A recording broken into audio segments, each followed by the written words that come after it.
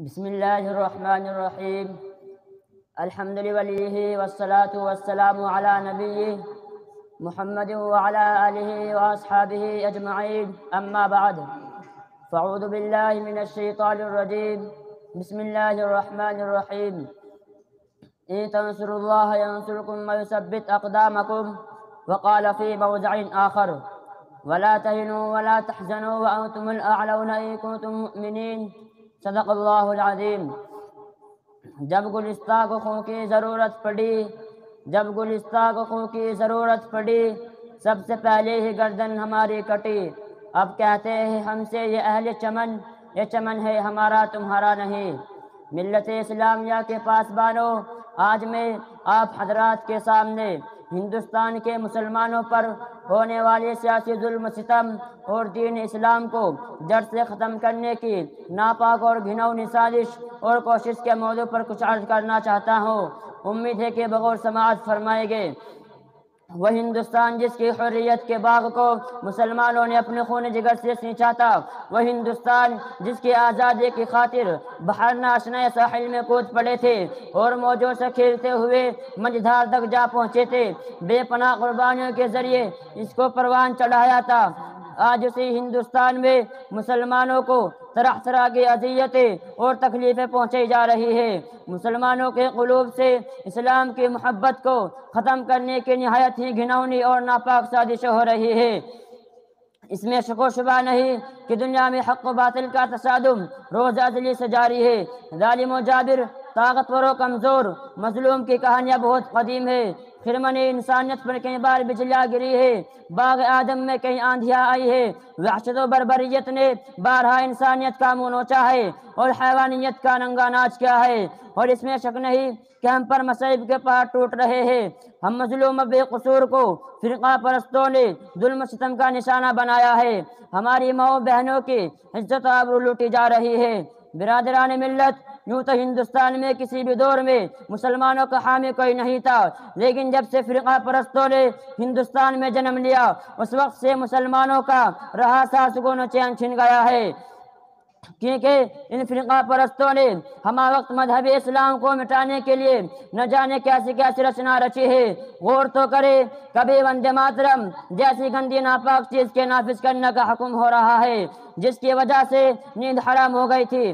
آج بھی بہت سارے اسکولوں میں یہ گیت گائے جاتے ہیں جس گیت میں سراسر کفر بھرا ہوا ہے، جس گیت کو ایک بار پڑھنے سے انسان خارج اسلام ہو جاتا ہے، جس گیت کو ایک بار پڑھنے سے مسلمان نہیں رہتا۔ آج وہی گیت ہندوستان کے مدارس و مکاتب میں پڑھنے کے لیے بچوں کو مجبور کیا جا رہا ہے۔ آج ہندوستان کے مدارس و مکاتب کو ختم کرنے کی کوششیں کی جا رہی ہے۔ ہندوستان کے مدارس کو دہشت گردی کا اڈہ قرار دیا جا رہا ہے اور یہ الزام لگایا جا رہا ہے کہ جتنے بھی یہ فسادات ہو رہے ہیں ان کے پیشوا لیڈر یہ ملا ہے، اس لیے پہلے ان کو ختم کیا جائے۔ اس کی آسان صورت یہ نکالی گئی کہ اب مسلمانوں کے کسی بھی مدارس و مکاتب اور مساجد کو ختم کر دیا جائے۔ اسی وجہ سے ہماری عبادت گاہوں پر پابندی لگا دی گئی ہے کہ اب مسلمان کسی بھی مدارس و مکاتب اور مساجد کو نہیں بنا سکتے، لیکن شاید ان کو معلوم نہیں کہ جب تک مسلمانوں کی سانس چلتی رہے گی اس وقت تک دین اسلام پر اور مکاتب و مساجد پر کسی طرح کی آنچ نہ آنے دے گے۔ ہم تمہاری دھمکیوں سے خوف کھا سکتے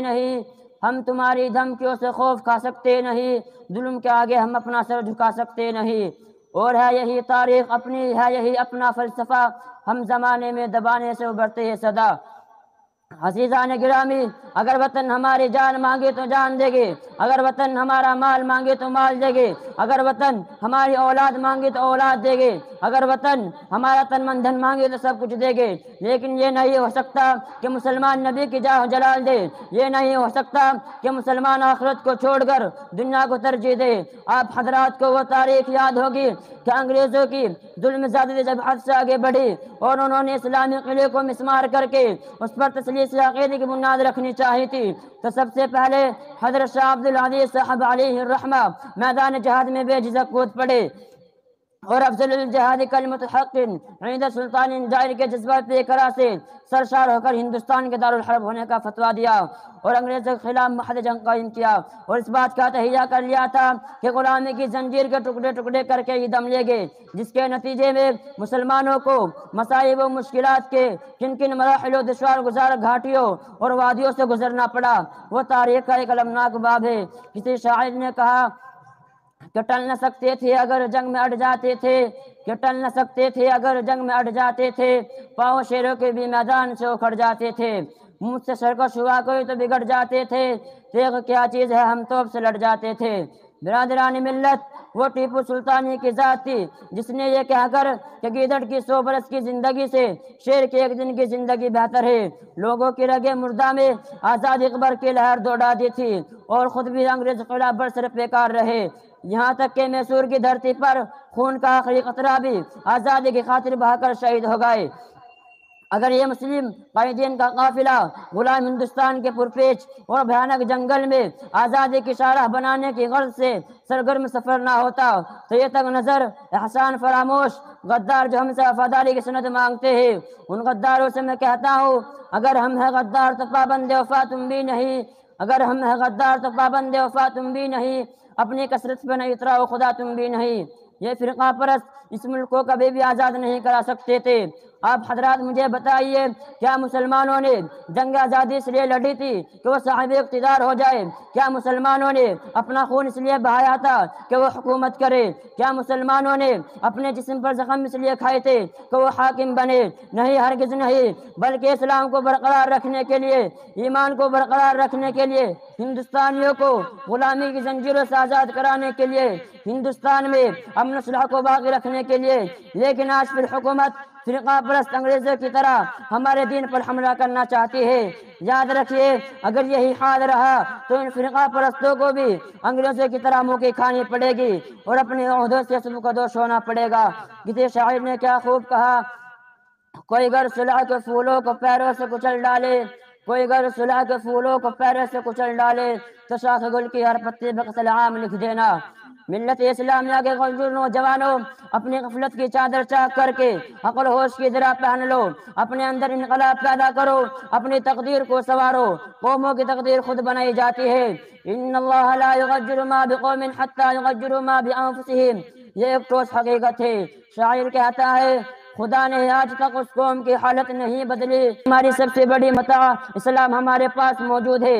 ابھی ہمارے سینوں میں ایمان و یقین کی مشعل، جو لوگ اسلام پر مرنا اور جینا چاہتے ہیں، کفر کا سیلاب ان کے دلوں سے عشق رسول کی چنگاری نہیں بجھا سکتا۔